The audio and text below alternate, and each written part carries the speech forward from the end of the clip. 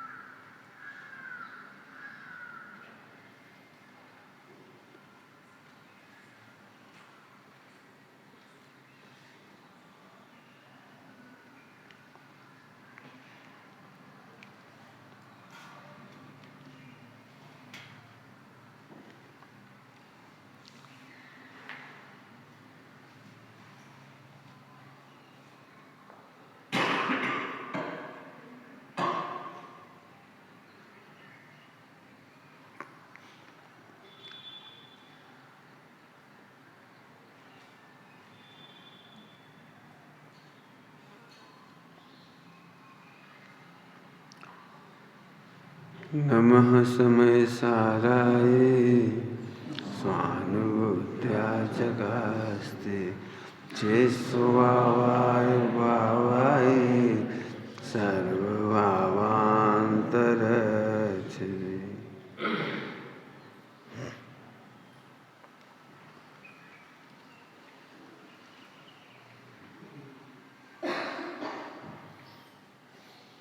सम्यक दर्शन कितना सरल है कि आपकी श्रद्धा का नाम सम्यक दर्शन है। आपकी श्रद्धा का नाम सम्यक दर्शन है। क्या मतलब इसका?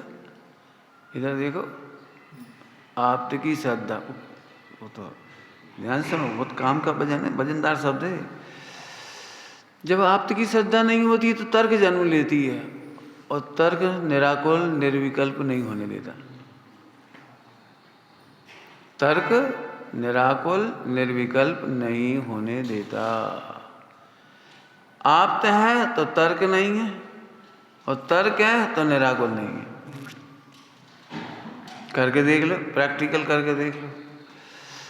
डॉक्टर का भरोसा है, आप्त का भरोसा माने डॉक्टर का भरोसा है।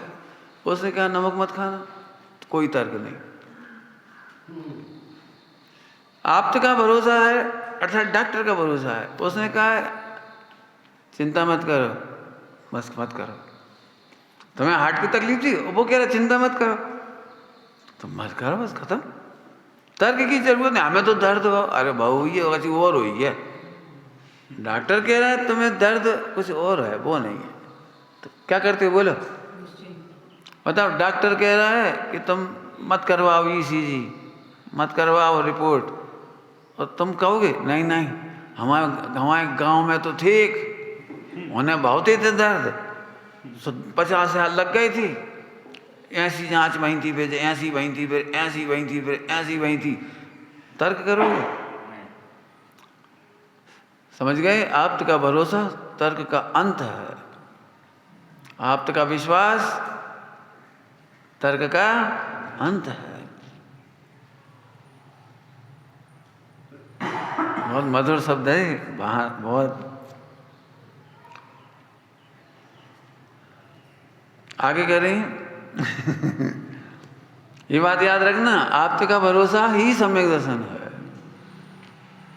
आप्त का भरोसा कहना ये व्यवहार है, और आप्त ने जो बताया वही तो परमार्थ था। आया समझ में? आया? इसके लिए एक दृष्टांत दे दिए डॉक्टर का। परमात्मा प्रकाश जी हैं डॉक्टर साहब की बेटी, उन्होंने एक दृष्टांत दिया है, आप्त का भरोसे का दृष्टांत।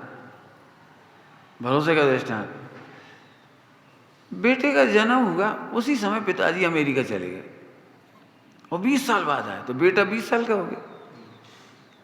अब बेटे ने तो पिताजी को देखा नहीं था, देखा नहीं था। अब माँ मंदिर गई थी और बेटा घर पे था और पिताजी आ गए।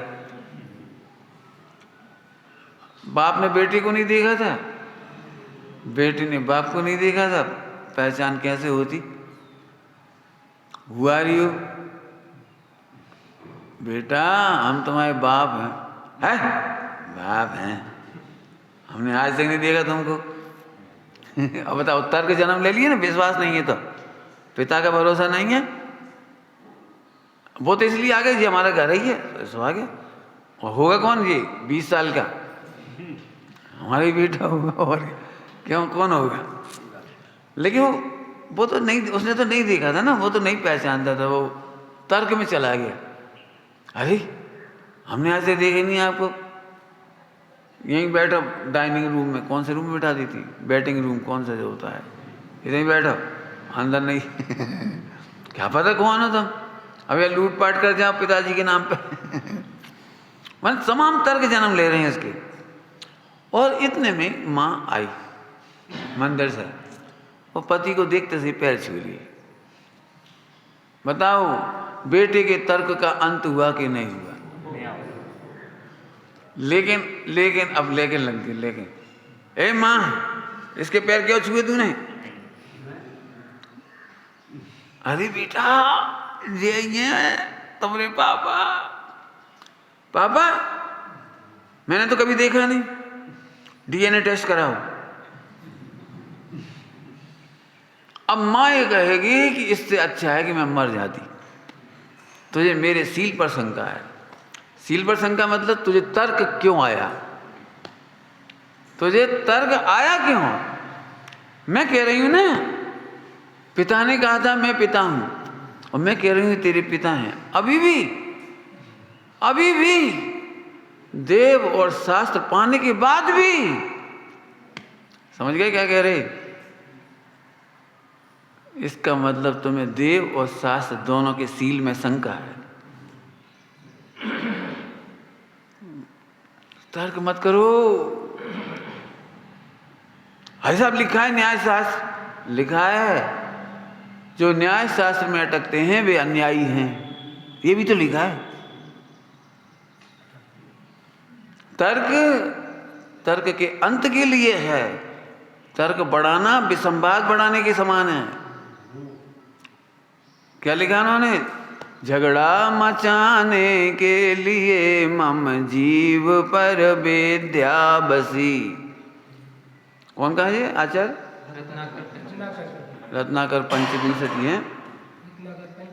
हाँ कोई आचार्य कौन है? कवि हुए, रत्नाकर कवि हुए ना, भरते देव वाले ही होंगे मेरे ख्याल से, हो सकता है, जो भी देख लेना। समझ में आया कुछ?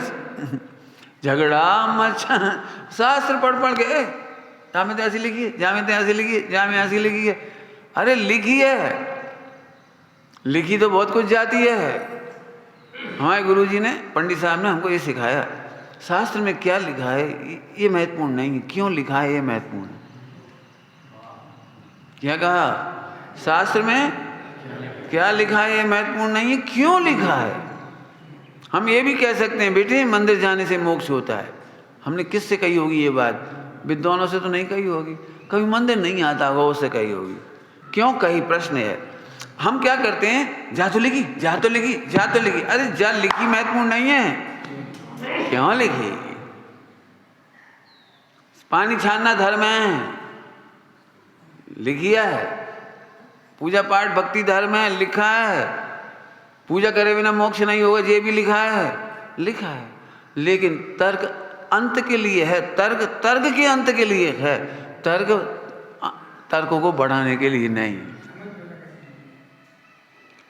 सोचो क्यों लिखा होगा, क्यों लिखा होगा, क्यों? मम्मी ने तुम्हारी कही थी मर जा जा, तो मरे कहा ही नहीं। मम्मी ने क्या कहा ये महत्वपूर्ण नहीं है, क्यों कहा, क्यों कहा? अरे हम पढ़ नहीं रहे थे, हम ऊधम मचा रहे थे, हम टीवी देख रहे थे, हम वीडियो खेल रहे थे। जैसे मम्मी ने कही थी सब वीडियो झट बंद कर दी। बोलो करते कि नहीं करते? जो कुछ करते झट बंद कर देते कि नहीं करते? कहा कही मम्मी, कहा मर जाएं, ये नहीं पकड़ी उसने। क्यों कही थी कि टीवी देख रहे थे इसलिए, तो टीवी बंद कर दी। पढ़ाई नहीं कर रहे थे, पढ़ाई करने लगे। क्यों कहा? प्रश्न है क्यों कहा? पूजा करो क्यों कहा? क्योंकि तुम विकथा करती हो। कुछ कह गए हम? मान लो हम शास्त्रों में डूबे हों, आत्मा में डूबे हो, तुम कब कहा आज पूजा करवे नहीं गए कि सुनो पूजा करो, तुम हमसे नहीं कही। उनने कह रहे उन्हें हमसे नहीं गई, तुम टीवी देख रहे थे इसलिए कही थी भगवान के दर्शन करो, पूजा करो, पाठ करो। धन्य वे नहीं है जो भगवान के रोज दर्शन करती हैं, धन्य है वह तर्क जो भगवान के दर्शन का अंत करके आत्म दर्शन से दर्शनी हो गई। लंबा कह गए क्या बोल गए? धन्य है जिन्होंने तर्क से दर्शन का अंत किया और आत्म दर्शन से दर्शनीय हो गए। मुनिराज क्यों कहा मुनिराज? अब नहीं तो हम यार पीछे पड़ जाओ, समझ जी ने ऐसी काय कही। अरे क्यों कही, किस प्रयोजन में कही, ये तो बताओ। पूजा करना अच्छा है या पूज्य बनना अच्छा है? तुम तो यही चाहत हो सब भ्रष्ट हो जाएं। भैया ऐसी काहे को चाहेंगे सब भ्रष्ट हो जाएं? क्यों चाहेंगे? ऐसा तो मुसलमान भी नहीं चाहते। ध्यान रखना, विश्व का कोई संप्रदाय पापों में लगना को अच्छा नहीं कहता। विश्व में कोई भी संप्रदाय, कोई भी मजहब पापों में लगना अच्छा नहीं कहते। ध्यान रखना बिल्कुल। 5 पापों का निषेध पूरे विश्व में है। विश्व में कह रहे हैं, विश्व में। बस इतनी सी बात है कि 5 पापों को घटा करके वे भला मानते हैं और हम 5 पापों को मिटाने की बात करते हैं। क्या कहा हमने? समझ में आई कुछ? वे घटा करके मस्त हो जाते हैं, माने पाप से पुण्य में आ जाती है थोड़ा। पुण्य किसे कहते हैं पता है तुम्हें? पुण्य पता है? पुण्य की परिभाषा क्या है? बड़े पाप के सामने छोटा पाप पुण्य है।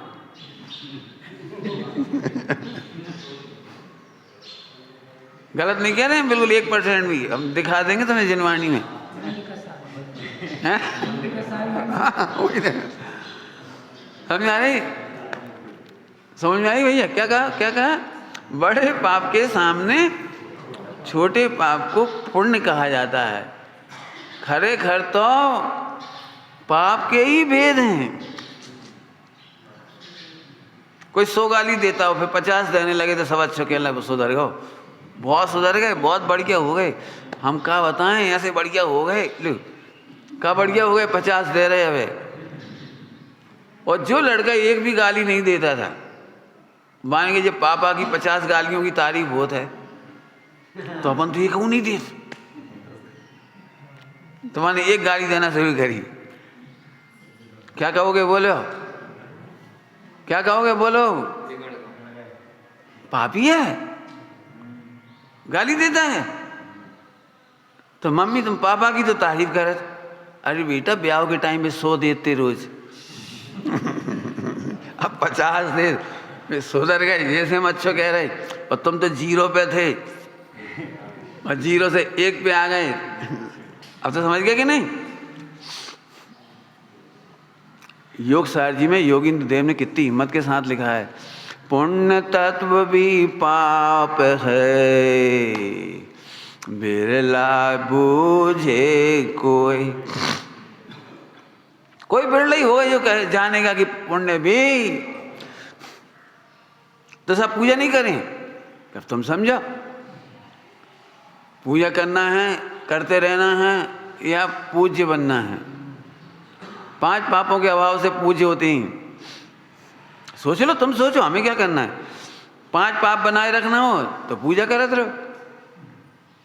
ध्यान रखना, बिल्कुल स्पष्ट भाषा में कह रहे, क्योंकि तुम यहां से उठकर अब वहां जाओगे उस दावानल में, पापों के दावानल में, इसलिए पूजा की प्रशंसा की गई है।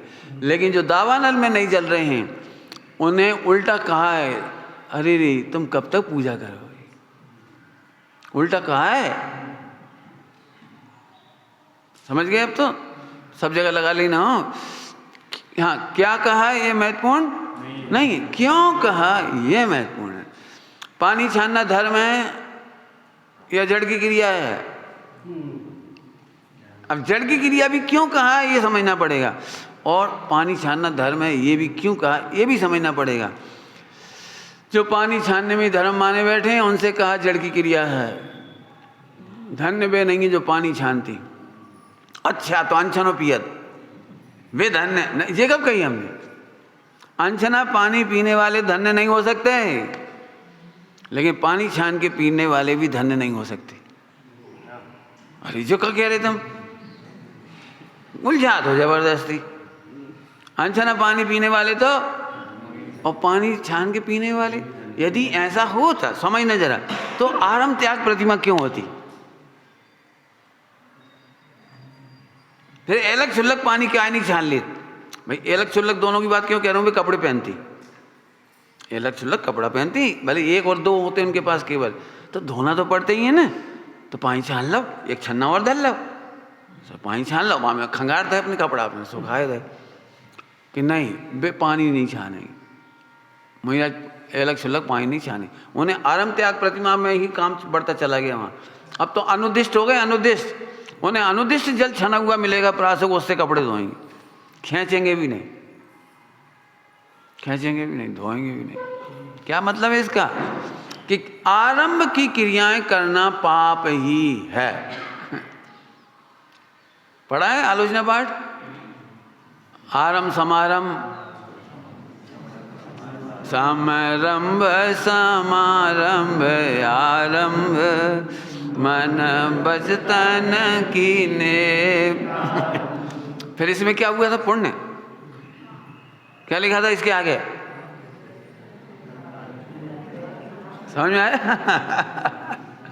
ऐसे विचार करो, ध्यान रखना, भ्रष्ट होने की तो बात ही नहीं है। 5 पापों में जाने के लिए तो अन्य मतावलंबी ही नहीं कहेंगे तो हम क्यों कहेंगे? इसका खुलासा अमृतचंद स्वामी ने मोक्ष अधिकार में किया। अरे रे, जब हम शुभ भाव को हे कहते हैं तो तुम नीचे नीचे क्यों गिरते हो? ऊपर ऊपर क्यों नहीं उठते हो? कलश है, नीचे नीचे क्यों गिरते हो? हमने यदि शुभ भाव को ही विषकुंभ कह दिया, लिखा है प्रतिक्रमण आदि विषकुंभ हैं, तो तुम नीचे नीचे क्यों गिरते हो? यदि प्रतिक्रमण ही विषकुंभ है तो अतिक्रमण अमृत कुंभ कैसे होगा? लिखा है। मैंने जैन शासन अजैनों से तो घटिया नहीं हो सकता, पापों में लगा देगा। भाई भैया ये पुण्य को एक है कि बाह में लगा रहे, पुण्य को एक है कि बाह में लगा रहे। अरे बाह में नहीं लगा रहे, चाहे सोनगढ़ हो, चाहे आचार्य कुंकुम स्वामी के ग्रंथ हो, चाहे कोई हो, पापों की शिक्षा तो कोई दे ही नहीं सकता, और पापों की शिक्षा देकर कोई गुरु बन नहीं सकता, बन ही नहीं पाएगा। देख लेना, पापों की शिक्षा देकर कोई गुरु नहीं बन पाएगा।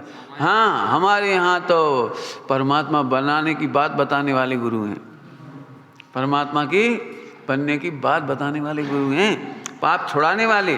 क्या बोला था हमने? सारा विश्व पाप घटाकर अच्छा मानता है, और हम विश्व घटाने की विधि भी नहीं बता पाते, हम तो मिटाने की विधि भी बताते। 2 बात कह गए। क्या बोला हमने? वे तो पाप घटाना भी नहीं बता पाते। सही बताएं, हमारे धर्म की भाषा में तो वे अनंतानुबंधी मायाचारी सिखा क्या कह रहे? हमारी धर्म की भाषा में तो वे अनंतानुबंधी मायाचारी सिखाती हैं। कैसे सिखाती हैं? मन में गुस्सा हुए तो ऊपर से मत करिए बस खत्म, बहुत बढ़िया, ये इतने तो सिखाते हैं। और हम कहते हैं आत्मा को जानने के बाद उत्पन्न ही नहीं हो, घटने का उपाय ये है, और क्रम से घट करके मिट जाएगा। अनंतानुबंधी अप्रत्यख्यान प्रत्यख्यान संजय मिट जाएगा।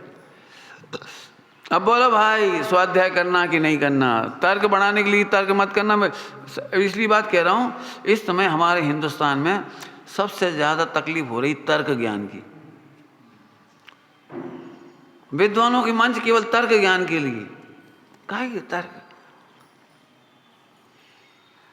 कहाँ है वो तर्क? उस तर्क को तर्क नहीं कहते जिससे अनैतिकता विकसित हो। फिर से बोलूं, क्या बोला? उस तर्क को जैन शासन में तर्क नहीं कहा जिसमें से अनैतिकता विकसित हो। या अनैतिकता में मैंने बहुत कुछ कहना है मुझे, मैं प्रवचन तो कुछ और विषय लूँगा, इसलिए इस पर बढ़ूंगा नहीं, लेकिन आप लगाना इसमें। हमें आनंद तब आता जब ऐसी पढ़ाई और ऐसे तर्क होते कि आधी रात को भी हम अतिथियों पर विश्वास कर सकते, अनजान व्यक्तियों पर भी विश्वास कर सकते होते और अपने घर में सोने के लिए जगह दे पाते। और यह था सिकंदर के समय। पूरे भारतवर्ष में सिकंदर हो या कोई व्यक्ति हो, कोई रात को दरवाजा खटखटाया, झोंपड़ी का या महलों का या घरों का हो, ऐसे खोल देते, आ जाओ आ जाओ, बिना भोजन के नहीं जाओगी। तर्क बढ़ता तो ऐसे फायदा होता, यदि कुछ होता तो। ऐसी कैसी पढ़ाई, जो बाप को बेटे का भरोसा नहीं रहा कि हम बेटा को करोड़ रुपये देंगे, पता नहीं हमें खवाएगा कि नहीं, तो जी कैसा तर्क, जी कैसी पढ़ाई। हमारी नैतिकता में एक बात कही, ऐसे सब लगा ली नहीं। तर्क से तो पानी छानना बढ़ना चाहिए था, और निर्मल तरीके से।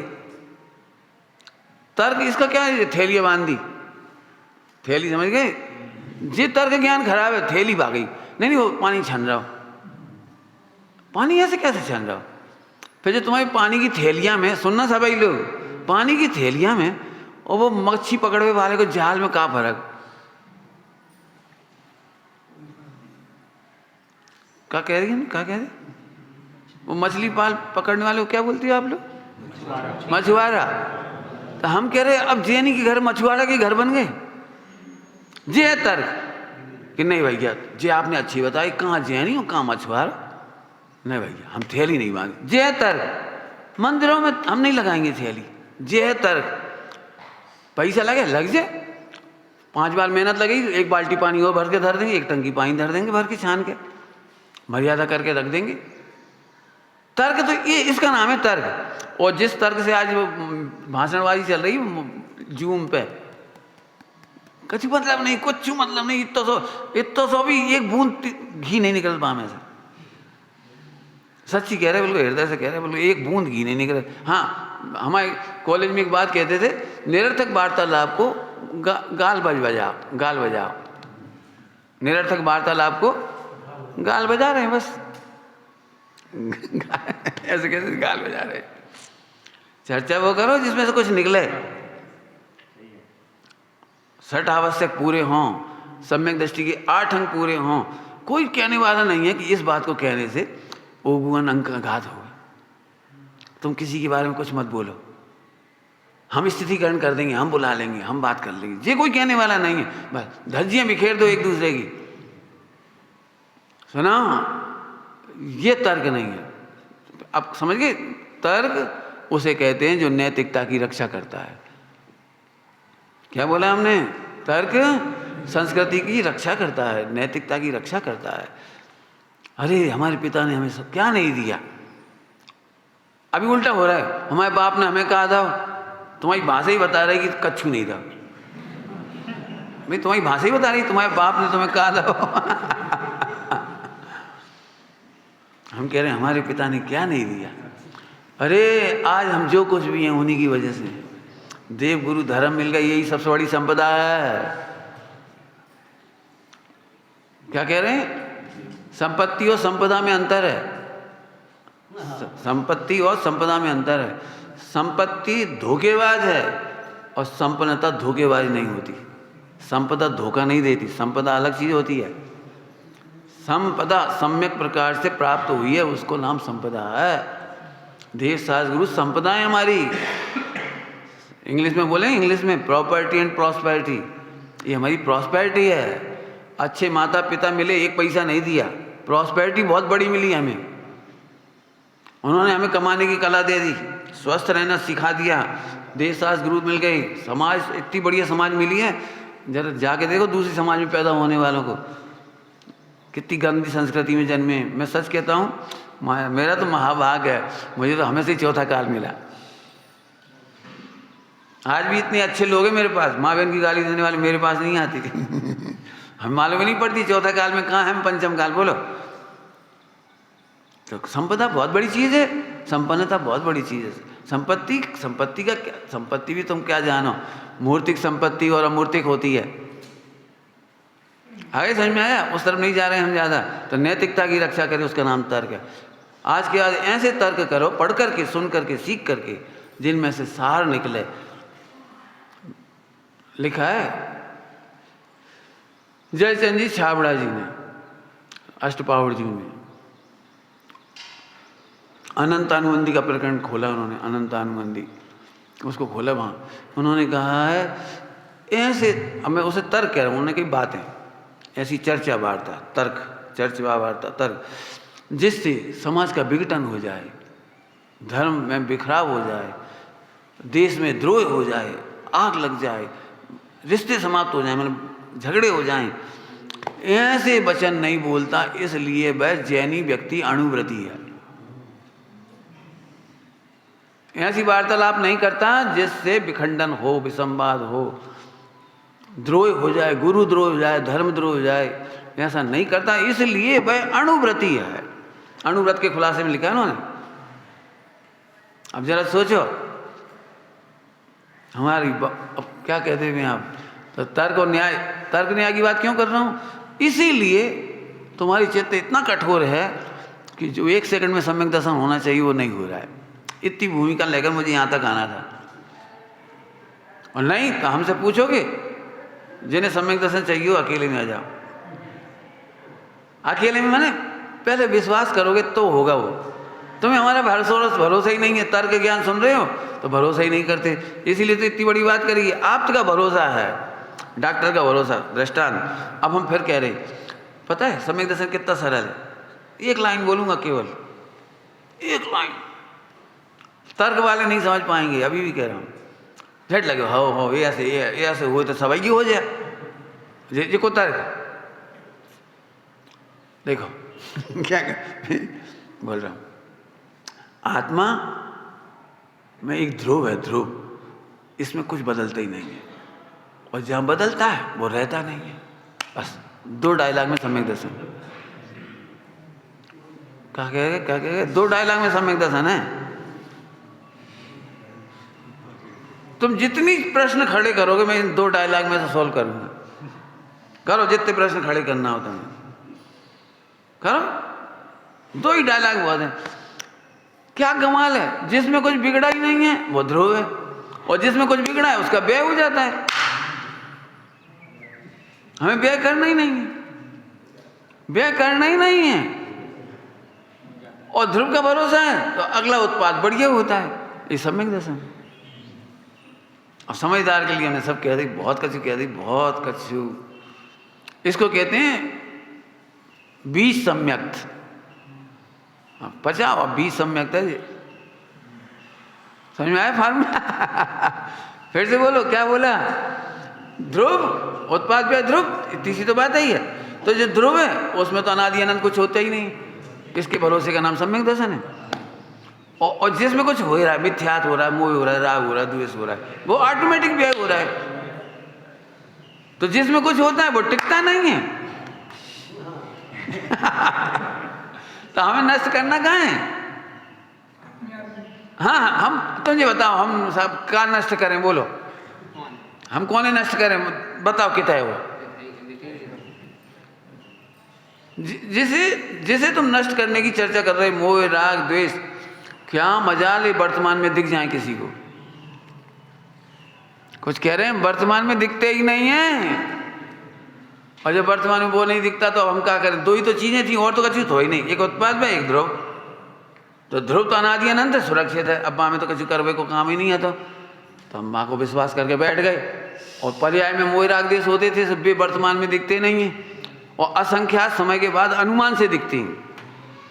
अनुमान माने 99% असत्य। अनुमान सत्य, ध्यान रखना, गलत नहीं कह रहे हैं। अनुमान सम्यक ज्ञान का भेद है, हमें पता है, लेकिन 99% असत्य होता है। सम्यक होने पर भी असत्य होता है। क्यों? क्योंकि वो अनुमान है। जी समझ में आ रही होगी ना, जैसे हम कह रहे हैं, ऐसी बात है।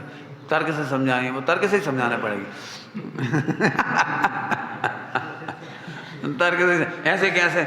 हमें पता है न्याय में अनुमान है और सम्यक ज्ञान का भेद है, तो हम समझा रहे। देखो बहुत अच्छी, देखो, क्या तुम्हें कभी मोहिनी कर्म दिखाई दिया है?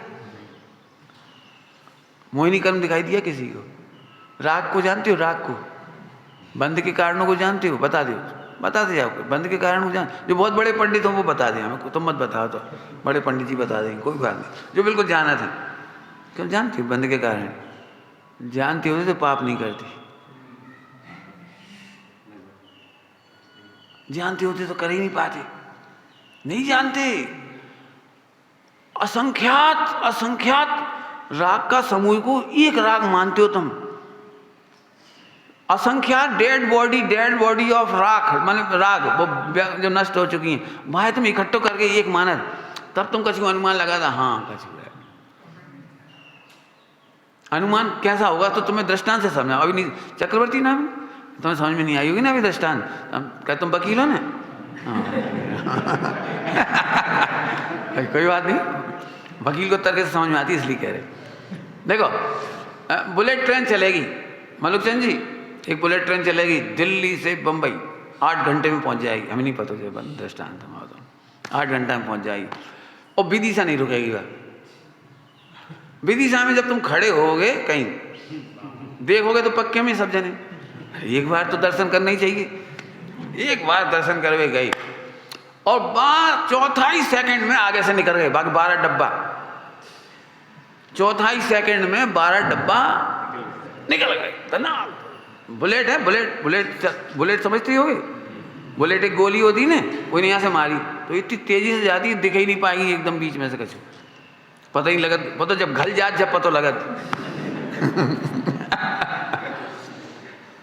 उसके पहले पता थोड़ी लगती, बुलेट बहुत तेज चलती है। तो अब वो बुलेट ट्रेन चल रही है, 4 सेकंड में तो 12 डब्बा रेलवे स्टेशन से निकल गए। अब हम तुमसे पूछ रहे चक्रवर्ती कि तुम जब बताओ हमें 6ठे डब्बा में 6ठी खिड़की में कौन बैठा था?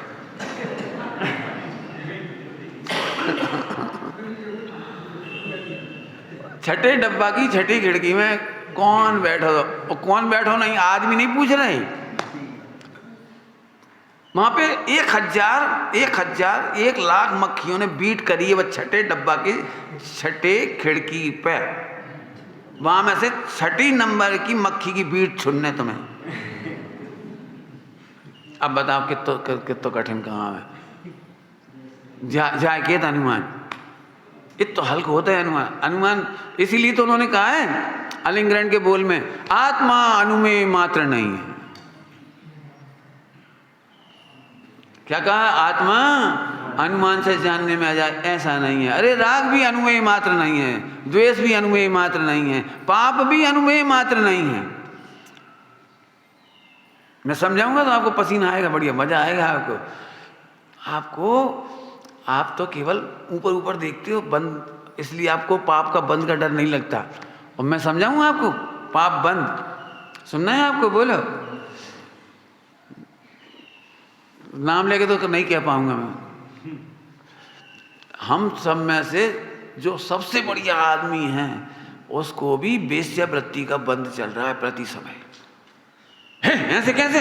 देखो उखड़ जाए ना आदमी, उखड़ने को नहीं, उखड़े को क्या पंडित जी भगवान कसम। हाँ देखो ना, अब नहीं सोची ना ये बात, चोरी का पाप लग रहा है, अनंतानुबंधी संबंधी हिंसा झूठ चोरी कुशील परी गए सब चालू है। बाबू जी का पढ़ लो। तुम क्या समझते हो? प्रवृत्ति से बंद। आचार्य देव कह रहे हैं अनंतानुबंधी राग से बंद। प्रवृत्ति से अनुमान लगा रहे हो तुम। अब बताओ राग से बंद हो रहा है, अब तुम कहो तो हम सिद्ध कर देंगे, बिल्कुल सिद्ध कर देंगे, बिल्कुल। जब तक तेरा पर में सुख बुद्धि नहीं टूटी, विश्व में तुझे समस्त परद्रव्य में सुख बुद्धि होने से वेश्यावृत्ति है। कौन स्त्री है जो सुंदर दिखे हो तुझे ऐसा ना लगे इसमें सुख है? करे कि नहीं करे बात अलग चीज है, लेकिन सुख है कि नहीं तुझे लगता है कि नहीं? तुझे लगता है कि नहीं ऐसी पत्नी हमारी होती तो हे भगवान अगले जन्म में ऐसी मिल जाए, तो निदान बंद जैसे तो होते कैसे? 5 पाप कह रहा हूँ, एक बेचता तो इसलिए जल्दी से कह देगी, जल्दी समझ में एकदम बम पटकाते एकदम सीधा। और कोई से कह दे तो हाँ ठीक है। बंद का मीटर कर्णानियोग से कैसे घूमता है सुनोगे? कर्णानियोग से ही बहुत सरल दृष्टांत है, बिल्कुल सरल। चक्रवर्ती तुम्हारे घर में बहुत बड़ा मकान है, एक कमरा हमें दे दो, हमें कोई बात नहीं, 10,000 रुपये महीना में लें, कोई बात नहीं, बात तय हो गई। अब 1 रुपया को चटकवे वालों तालों डाल के हम चले गए। चले गए। और फिर 10 साल बाद आया, भूल ही गए कि हमने तुमसे कोई किराए को मकान लो था कमरा। और फिर हमने सोची अरे अपन आ ही गए विदिशा, चलो तालों निकालने चटक तो हम तुम्हारे घर गए 10 साल बाद, वो चटके वाले ताले खोलने लगे, तो तुम क्या कहोगे, काहे को गिराओ, हम रहे ही नहीं, हमरो गिलास तक तो रहो नहीं मामे, एक बूंद पानी नहीं पिया हमने, एक रात सोए नहीं, बिजली जलाई नहीं। फिजिकली फिटनेस देखो क्या कहलाता है, फिजिकली वेरिफिकेशन। बोलो भाई फिजिकली वेरिफिकेशन करने पर बोलो कितना किराया देना चाहिए। पंडित जी तुम चूल्हे में जाओ हमें तो किराया लिया क्या बात का किराया है कि जब तक तुमने एग्रीमेंट तोड़ा नहीं, एग्रीमेंट, एग्री पे वजन दे रहा हूं, agree, you are agree for happiness with anybody any others, ये बंद का कारण है, किराया तो देना पड़ेगा। आपने ताला क्यों नहीं खोला, आपने उसको डिनाई क्यों नहीं किया, आपने पहले रिफ्यूज क्यों नहीं किया, यही तो है ना तर्क। बंद होगा कि नहीं होगा। जैसे 10,000 रुपया के हिसाब से 1,20,000 रुपया सालाना हो गए ना, 1,20,000 हो गए, और 10 साल में कितने हो जाए, 12 लाख से ऊपर हो जाए, जितने हो जाए कौती हो जाए, जो कोई हिसाब लगा लियो। अब हम क्या इतनी सी गलती की सजा, गोयल जी इतनी सी गलती की सजा, 1 रुपया को चटक वारो तारो लगा गए थे हम तो। बंद ऐसा होता है, और जो तुम्हें 12 लाख चुकाने पड़ेंगे ये उदय है, जो उस एक समय की गलती का उदय है। अब तुम सोचो तुम्हारा किस किस से एग्रीमेंट है सुख का, ये होता तो सुख होता, ये होता तो सुख होता, ऐसा करता तो सुख होता, ऐसा भोगता तो सुख होता, ये वस्तु मेरे यहाँ होती तो सुख होता।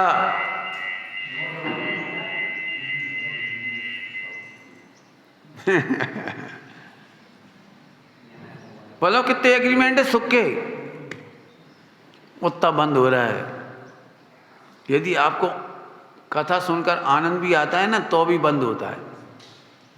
चोरियानंदी, चोरियानंदी ये क्या है, चोरी हम नहीं करते,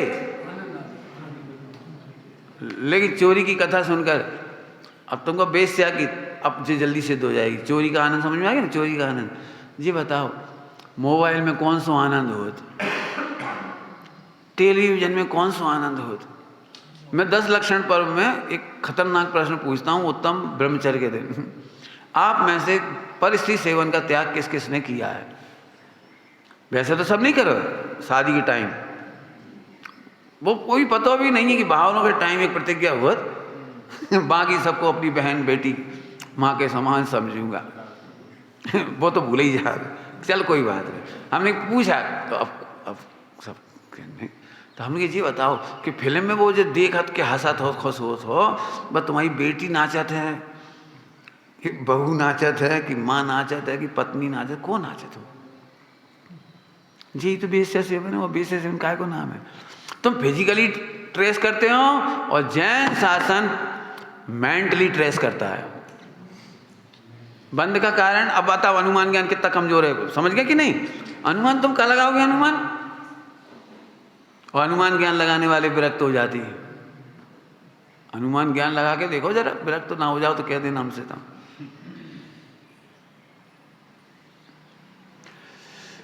चंद्रगुप्त मौर्य भद्रबाहु स्वामी 12 वर्ष अकाल पड़ेगा, अनुमान से ही तो गए थे। चंद्रगुप्त मौर्य कोई ऐसे वैसे तो नहीं थे, बहुत बड़ा सम्राट था। आप कल्पना नहीं कर सकते, जीवन में एक दिन शांति से नहीं बैठ पाए। पहले गैया चरा रहे थे, बकरी चरा रहे थे वहां से लगे पढ़ावे तो खूब जम के पढ़ाओ अनुशासन में, और पढ़ावे के बाद फिर युद्ध कला, फिर युद्ध अभ्यास, फिर युद्ध, और जीत कर आई थे वो सेल्यूकस से। 44 साल के हो गए, 45 साल के, एक सपना आया, 12 वर्ष तक अकाल हो गया। भद्रबाहु स्वामी से उसका पूरा मीनिंग समझा, दीक्षा लेके चले गए। हेलेना से थोड़ी पहले शादी हुई थी उनकी, 45 साल कोई बहुत बड़ी बूढ़े नहीं होते 45 साल का आदमी और हट्टे कट्टे, पूरा शरीर जैसा पहलवानों जैसा, और अनुमान ज्ञान से अरे 12 वर्ष तक, अरे जहाँ धर्म नहीं रहेगा वहाँ जिंदा रहेंगे कैसे हम? क्या कहा? 60 आवश्यक के बिना आदमी मृतक कलीवर के समान है। क्या कहा उन्होंने? संतों के बिना, धर्मात्माओं के बिना यहाँ जीवन जीना अरे रे मृतक कलीवर के समान है। आप सब तो बिहार कर जाओगे, अरे और दीक्षा लेके चले गए। हनुमान जी तो गए थे, भोगत तो कह तो नहीं गए थे। अमात्य राक्षस, उनके एक अमात्य का नाम राक्षस कहते, नाम तो दूसरा था, अमात्य राक्षस, बड़ा प्रसिद्ध हुआ उसको, सब उसे राक्षस कहते थे। बहुत अनुशासन और न्याय प्रिय थे ना, इसलिए वो राक्षस कहते थे उसे। राक्षस नाम नहीं था लेकिन प्रसिद्ध ऐसे ही हुआ वो। तो उसने कहा जब संकट थे तब तो आप राज्य में रहे, अब निसंकट हो गया, निष्कंटक राज्य हो गया, अब आप दीक्षा क्यों ले रहे? उन्होंने इतनी बढ़िया बात कही, जैन शासन पाप के उदय में पलायन करना नहीं सिखाता है, पुण्य के उदय में लात मार करके विरक्त होना सिखाता है। क्या क्या पापोदय में छोड़कर नहीं भागता जैन शासन, संकट में छोड़ करके नहीं जाता जैन शासन। जब पूर्ण निष्कंटक हो गया तब आत्मकल्याण करने लायक है। कुछ समझ रहे हो? जब पूर्ण निष्कंटक हो गए हो आप लोग समझ गए, पूर्ण निराकुलता हो तो क्या करना लायक है? आत्मकल्याण करने लायक। ठीक है, अब चलिए आगे। तो अनुमान ज्ञान नहीं कह रहे हम, तर्क नहीं कह रहे, आगे देखो।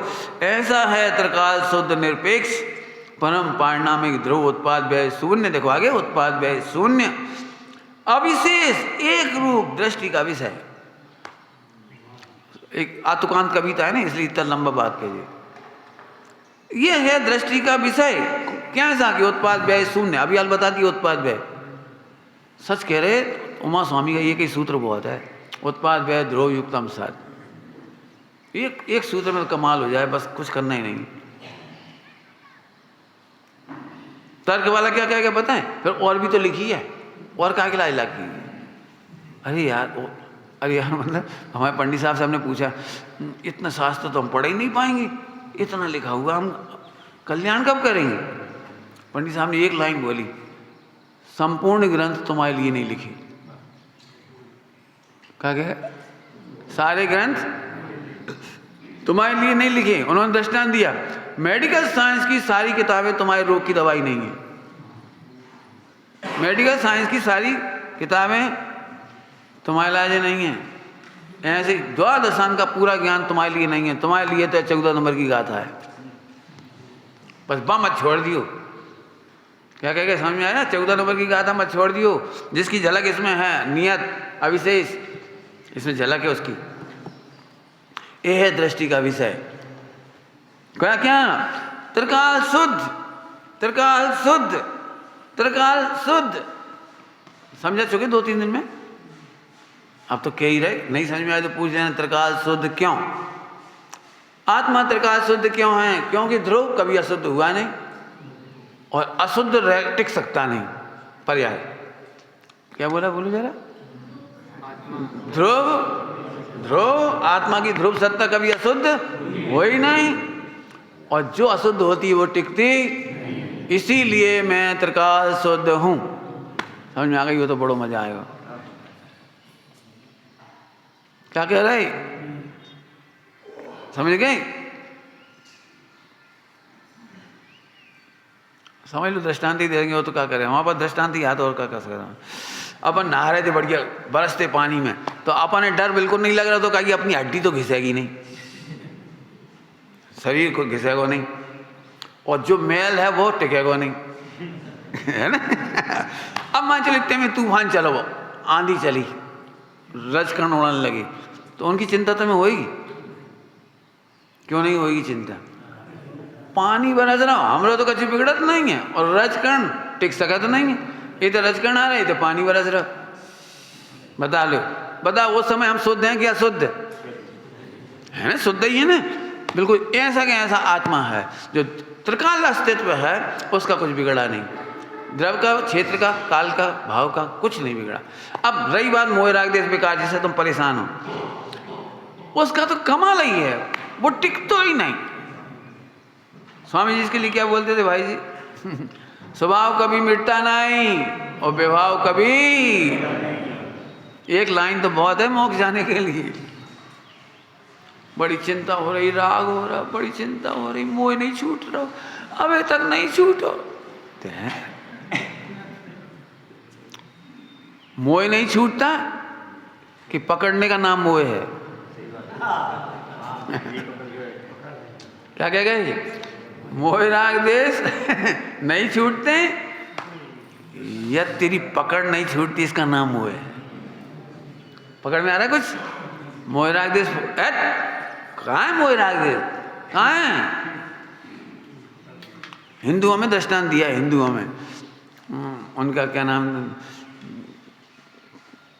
दशरथ का क्या, किसका, के कई, जनक, जनक, जनक की कथा में, उसमें जनक में आता है। जनक साधु समागम में पहुंचे तो बोले क्या बताएं, मोह छूटा तो नहीं तो हम भी दीक्षा ले लेते। मोह छूटता नहीं है तो दीक्षा ले लेते। ऐसे मैंने उन्होंने कहा, संत समागम में अच्छा लगा, लेकिन क्या करें, मोह तो छूटत नहीं। तो बोले कल हम आएंगे तुम्हारे इधर। संत ने कहा हम तुम्हारे आएंगे। तो राज दरबार में पहुंच गए और राज दरबार में जाके उन्होंने एक खंबा पकड़ लो। खंबा पकड़ लिया। अरे बोले ये क्या कर रहे हैं आप, खंबा क्यों पकड़ी आप? अरे ये खंबा छोड़ नहीं रहा। जनक की कहानी में आता है, ये मैं छोड़ नहीं रहा। भाई वो नहीं छोड़ रहा कि तुम नहीं छोड़ रहे, तो हम भी तुमसे पूछ रहे। जनक, जनक मोह तुम्हें नहीं छोड़ रहा। मोह ध्यान से सुनने लायक बात है। जिस मोह राग देश की तुम चिंता करते हो विकार की, वो तो उसकी तो सत्ता ही नहीं है। आत्मा के एक भी प्रदेश में मोह राग देश की सत्ता टिकी हो तो मुझे बता दो। ले आओ, ये पूरा आगम खोल के ले आओ, ले आओ बेटा, लाओ खोज के ले आओ, कहाँ लिखी है। फिर से बोल रहा हूं, मोह राग द्वेष की सत्ता एक समय की लिखी है और एक समय में व्यय हो जाती है, इसलिए टिकती नहीं है। तो सब कर्मों की सत्ता, हाँ कर्मों की सत्ता और ही अच्छी, और ही बढ़िया है। कर्मों की सत्ता का तो अत्यंत भाव है, एक समय को भी नहीं टिकती। नहीं समझ में आई कुछ? मोह राग देश की सत्ता तो एक समय टिकाता ही है कम से कम। और जो कर्मों की सत्ता है, 70 कोड़ा कोड़ी, 30 कोड़ा कोड़ी, 15 कोड़ा कोड़ी, ये हिसाब किताब, वो तो मतलब एक समय को भी नहीं टिकती। सच कह रहे, वस्तु स्वरूप पढ़ के क्या सो आनंद आए। और फिर भी तुम रो रहे, तो रो रो। हमें पंडित साहब ने सिखाई सब बात। मोह है इसलिए नहीं रोता है, रोता है ये मोह है। मोह से दुखी नहीं है, मैं दुखी हूं, ये मोह है। क्या कह रहे, समझ में आ रही क्या चीज? दिन भर कौन सताता है भैया? बोलो भैया, कौन सताता है? कौन सताता है दिन भर तुम्हें? बोलो, बोल बेटा, क्या नाम? प्रदीप का बेटा क्या नाम है? प्रखर क्या? गगन, गगन, गगन बोलो, कौन दुखी करता है दिन भर तुम्हें? कोई दुखी नहीं कर। अपन दुखी होती हैं, ये मोह लगा लेना सब जगह। राग दुखी नहीं करता, तो दुखी होता है इसलिए राग करता है। क्या कहते हो, समझ में आ रही कि नहीं आई? पंडिताई तो नहीं समझ में आई होगी, जब तो पक्की बात। तो हम तुम्हें तुम्हारे दृष्टांत दे दे। सही बताना, दुखी व्यक्ति मोबाइल चलाता है या सुखी व्यक्ति मोबाइल चलाता है? अब बताओ, अब बोलो। कितना दुखी होता है, क्या करे, क्या करे, क्या करे, कहाँ गाओ, कहाँ गाओ। तो दुखी व्यक्ति मोबाइल चलाता है, मोबाइल चला के दुखी होता है। अब जी एक और है, मोबाइल चला के दुखी होता है। हमारी आंखें खराब हो रही हैं, हमारी आंखें दुख रही हैं, हम क्या बताएं, क्या दिखा रहे हैं, हमें गंदी गंदी चीज़ दिखा रहे हैं, हमारे परिणाम खराब हो रहे हैं। अब बात है दुखी व्यक्ति, सुखी व्यक्ति। अब सुखी व्यक्ति सुनोगे, सुखी व्यक्ति की परिभाषा, जिसे परमेष्टि तक की याद नहीं आती वो सुखी है।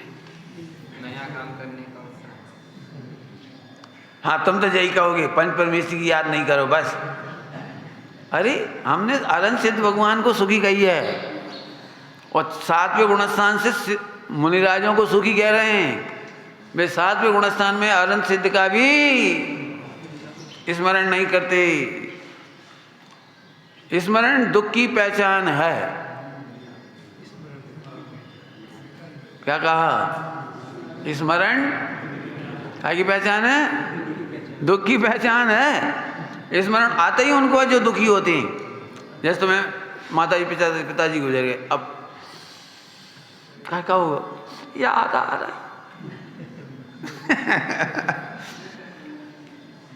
क्या है? जब तुम दुकान अच्छी चला तब याद आता है? नहीं तब नहीं याद। इसका क्या मतलब? दुकान चलाते समय तुम अपने को सुखी मानते हो, अब माँ बाप की याद नहीं आ रही, बढ़िया बढ़िया माल मसाला खा रहे तब नहीं याद आता, जब खा रहे पी रहे तब नहीं याद, और सब जगह जहाँ जहाँ तुम सुखी होते वहाँ याद नहीं आती। तुम्हें याद कब आती है? जब तुम दुखी होते हो।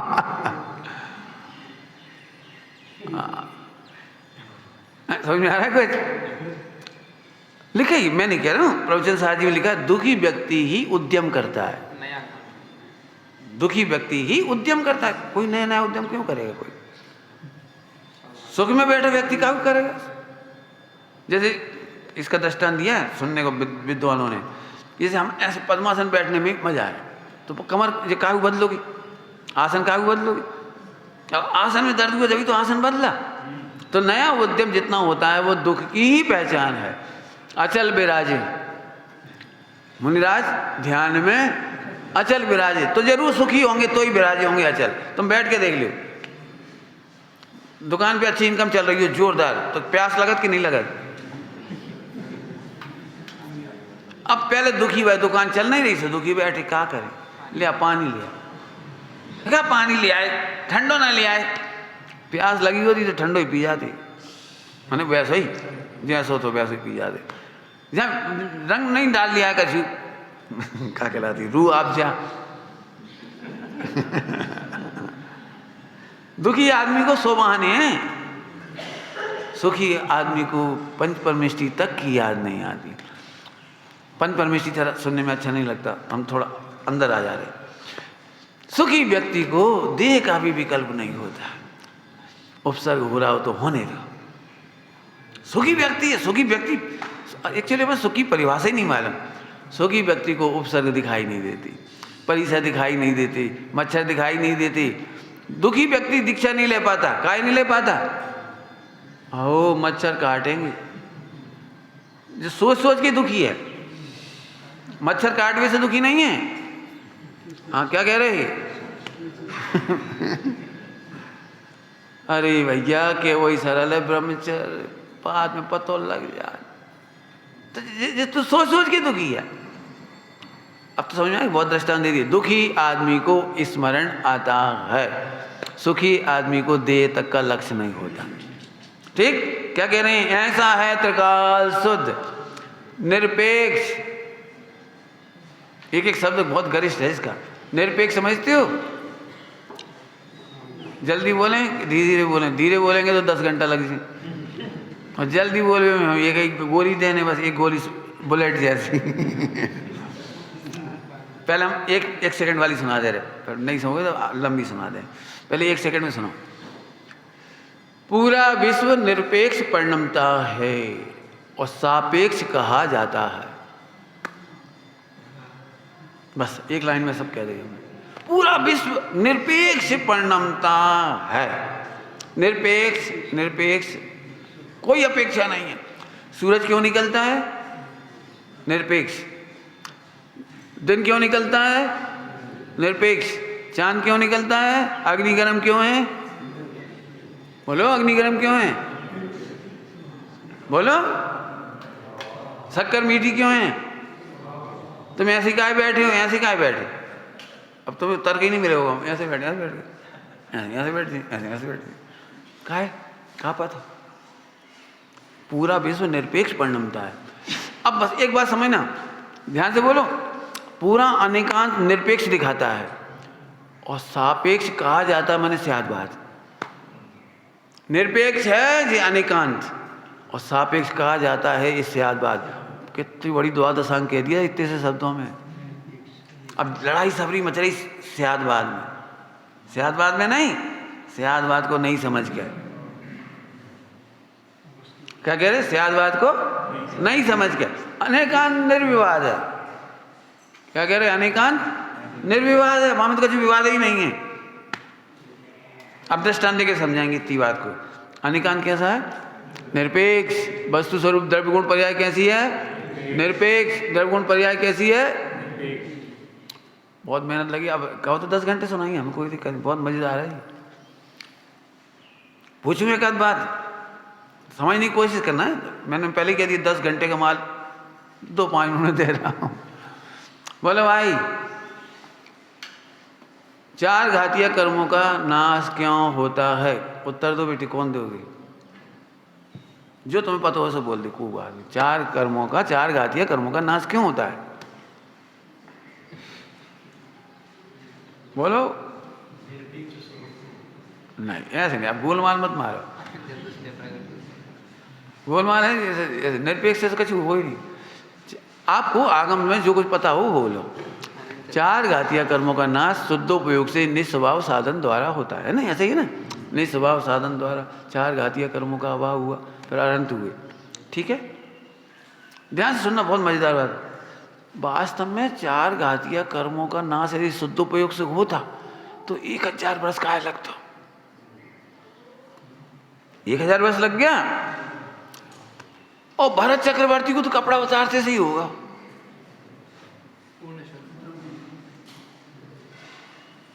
निरपेक्ष है इसका मतलब।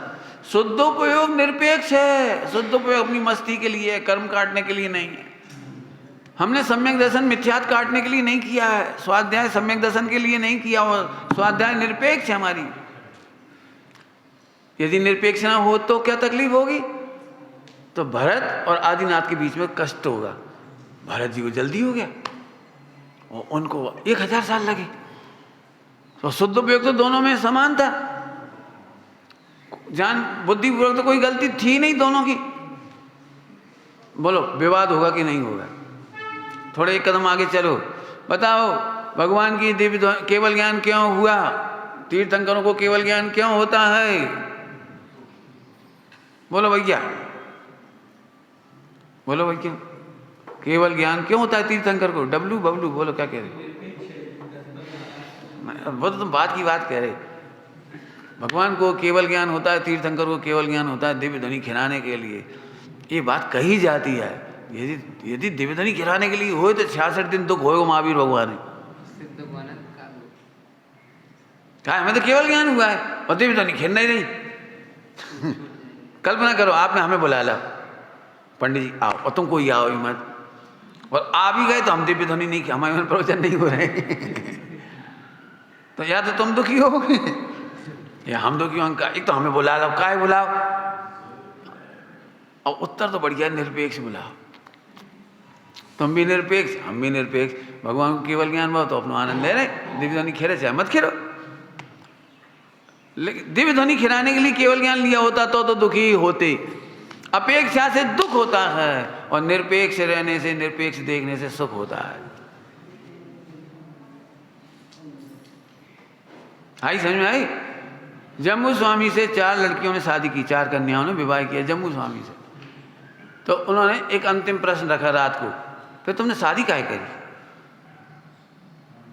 बोले हमने शादी काहे करी? भाई है, हमने तो कर्म के उदय में हो गई। हमने तो साफ कही थी, हमने तो साफ कही थी। तुम्हारे मम्मी पापा भी नहीं माने और तुम्हें नहीं मानी। तुमने कही नहीं नहीं हम बहुत सुंदर हैं, हम बहुत बढ़िया हैं, हम शादी कर दो, बस एक बार शादी कर दो, फिर देखो कैसे फंसा तुम। तुम तो शिकारी बन के आई थी। लेकिन भाई हमने शादी करी कब है? वही है, वो बात अलग है। अब अच्छी बात से समझना, वे भी निरपेक्ष अनुभव कर रहे थे, दीक्षा लेके चले गए। विवाह की अपेक्षा हमारे पास नहीं है। निरपेक्ष परिणाम हुआ, निरपेक्ष विवाह हुआ, निरपेक्ष दीक्षा लेके चले गए। और वे चारों भी निरपेक्ष थी, वे भी विरक्त होकर दीक्षा लेके चली गई। वे रोवे नहीं बैठी, शादी काहे करी? करी कहाँ? भाई थी, तो ये चारों भी विरक्त होके चली गई और ये भी चले गए। न इन्होंने इनको उलाए नहीं दिए, न इनने उनको उलाए। यही तो सुखी होने का मार्ग है। क्यों 45 साल जीता काय के लिए? जी इतना बड़ा साम्राज्य राज्य करने के लिए नहीं जीता, राज्य करने के लिए नहीं जीता। उदय प्रमाण नियति प्रमाण हम आए थे, अब हम जा रहे हैं, हम अपने में जा रहे हैं, बस खत्म। समझ में आएगी नहीं बात? हर पर्याय का उत्तर है निरपेक्ष, और जो निरपेक्ष तक पहुंच जाएगा, ये अनंत पुरुषार्थ, कल की भाषा में दोपहर की, ये पुरुषार्थ है। स्वभाव निरपेक्ष है और निरपेक्ष को समझ लेना पुरुषार्थ है। कल दोपहर में चला था, क्या बोला? स्वभाव निरपेक्ष। कौन कौन का स्वभाव? द्रव्य का, गुण का, पर्याय का, तीनों का स्वभाव निरपेक्ष है। तुम चाहो तो बहुत मजे ले सकते हो। लेना है? जाते जाते मजे कराऊं? अरे बोलो हाँ या नहीं। निरपेक्ष का मतलब ही नो टेंशन। निरपेक्ष का मतलब नो टेंशन। क्यों तुम्हारे भाव क्यों बिगड़ती है? क्या करे नहीं निरपेक्ष। क्यों बुखार क्यों आ जाता है? अब जिन्हें दुखी होने ना घर में बड़बड़ाते, और खा ले और खा ले और नहा ले, कितनी बार कही थी तो ना मत। अरे वो निरपेक्ष आ गया बुखार। यदि नहावे से बुखार आ जाता तो सारी भैंसें नहा गई सारे कौआ नहा गए नहाने से बुखार आता तो जाने कौन कौन को बुखार आ जाता है। गरीब लोग कितने बेचारे खेतों में लगे, इधर लगे, सभी नहा गए। लेकिन वो रोने हैं ना, रोने हैं, ये नहीं लगता कि निरपेक्ष आया बुखार। आगे समझ में आया कि नहीं आया? 1 करोड़ रुपया दान देने वाले को पुण्य होगा कि नहीं? बस अंतिम बात बोलो, 1 करोड़ का दान देने वाले को पुण्य होगा कि नहीं? कि 1 करोड़ निरपेक्ष है और दान देने का भाव निरपेक्ष है, कोई गारंटी नहीं है। यदि तुम निरपेक्ष नहीं अनुभव करोगे तो 1 करोड़ दान देके पाप भी बांध सकती हो। क्यों? क्योंकि 1 करोड़ से यदि पुण्य होने लगता तो गरीब पुण्य कभी नहीं कर पाएंगे, त्रियंच पुण्य नहीं कर पाएंगे, नार की पुण्य नहीं कर पाएंगे। पुण्य करने की गारंटी यदि पैसे से हो जाती तो नहीं। धोखे में मत रहो, हमने 1 करोड़ दो, 1 करोड़ दो, 1 करोड़। भगवान नहीं देख रहे अकाउंट, और तूने तो 1 करोड़ दो, आजा आजा आजा। स्वामी जी क्या कहते थे? पोपा भाई नो राजनीति 1 करोड़ कह दिया, ऐसे शरीर से लगाने। 10 दिन के निर्जल उपवास किए, बोलो पुण्य बंधेगा कि नहीं? लगाओ निरपेक्ष। यदि 10 दिन का उपवास करने से पुण्य बंधने लगे तो जो उपवास नहीं कर सकते, उनकी शक्ति नहीं है, उन्हें पुण्य बंधेगा कि नहीं? निरपेक्ष से ही समझ में आएगा सब कुछ, बहुत आनंद आएगा आपको। निरपेक्ष है। क्या भैया अब बहु हाल तो तुम कह रहे समय शेखर जी चल रहे, वो हाल ही में बदल गए। अब इसका सबसे बढ़िया उत्तर है, खापा तो पहले भाव हुए थे, अब अचानक बदल गए। काय बदल गए? बढ़िया उत्तर निरपेक्ष। और नहीं तुम देख लेना तुम कितने परेशान होते हो, और एक बार दुखी होने पर भी वो काम तो वही होता है जो होता है। तो अपने एक काम नहीं करो, सुखी होने के लिए निरपेक्ष देखें। पंडित साहब की एक रचना है जिसमें मैंने निरपेक्ष का बहुत अर्थ किया है। उसका पहला ही शब्द है निरपेक्ष हूँ कृतकृत्य में सब बहुशक्तियों से। निरपेक्ष से शुरू किया है। निरपेक्ष भावना है पंडित साहब की एक, निर्गंत भावना है एक पूरी, बहुत रचना है बहुत। अंतिम बोलूं फिर से, पूरा विश्व निरपेक्ष। जो अपेक्षा लगाएगा वो दुखी, जो अपेक्षा लगाएगा एक्सपेक्टेशन 0, हैप्पीनेस 100। क्या कह रहे? एक्सपेक्टेशन 0 और हैप्पीनेस 100%। सही बताना ईमानदारी से। तुम सब उतनी तो दुखी हो जितनी अपेक्षाएं हमने का सोच के साथ ही करी थी। का सोच के पैदा करो तो मोड़ा मोड़ी हो, सोची का भी थी तुमने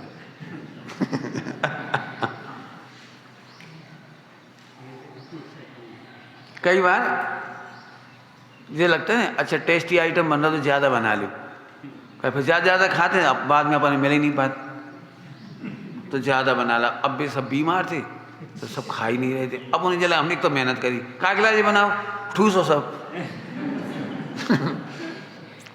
खराब हो जाएगा, फेंक जाएगा, फालतू नहीं, खाओ एक घान और खाओ। और बढ़िया है भाई, तुमने निरपेक्ष रूप से नहीं बनाया है। और इस चक्कर में मर जाती हैं लोग। क्या कहलाता है वो तुम्हारा, अनिष्टकारक अवक्ष, ओवर ईटिंग, अब परेशान हो रहे। निरपेक्ष, इसके सिवा कोई रास्ता नहीं। आप मेरे से पूछोगे तो पूरे विश्व के समाधान है निरपेक्ष। मेहनत करना, इतने एग्जाम्पल इसलिए दिए हैं, केवल मेहनत करना। टाइम खराब नहीं किया मैंने, 10-50 एग्जाम्पल दे दिए होंगे इतने गिनते के फटाफट। तो आप विचार करना। ओम नमः शिवाय।